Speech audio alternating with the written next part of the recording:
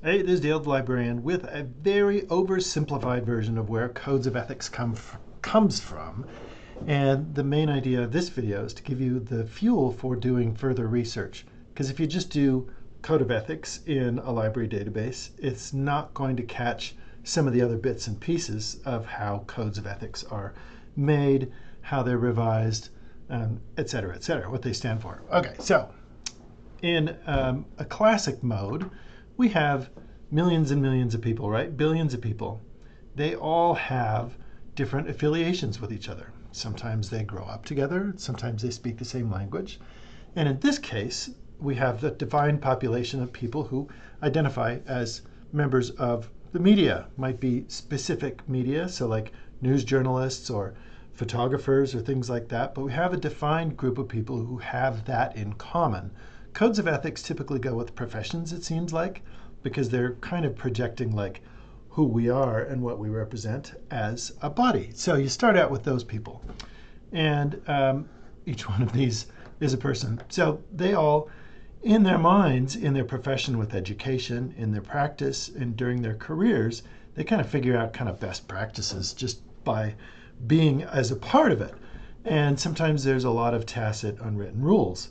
So what we do as this defined population is they would get together and they would codify it.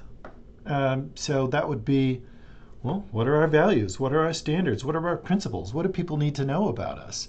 So in journalism, a lot of them you'll see like freedom of speech or protection of privacy or things like that. These are things that have been kind of sussed out in specific language, but this is the social construct. So these are, as a group, how they actually feel about it. And when you talk about it, sometimes people find that, well, maybe I'm an outlier and maybe that shouldn't go in the code. So this is kind of like the discussion phase.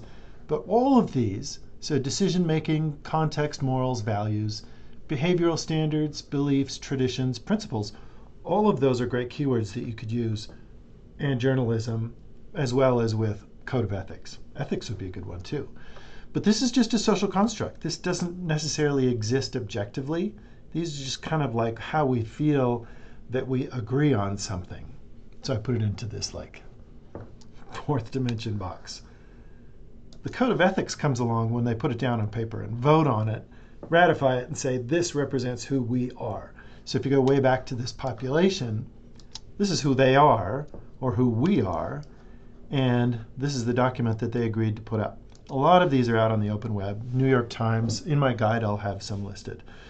But this is, sometimes people call it a living document, but essentially what it is people will get different education, new tools will come out, new experiences, maybe experiences with like government, politics, or there's some other like technological thing like AI is coming out, and the rules will become stale. And so this group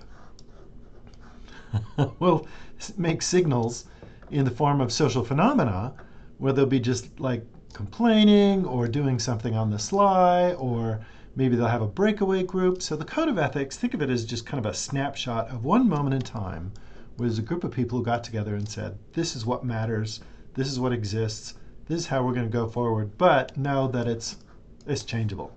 This has been a Code of Ethics by Dale Larson.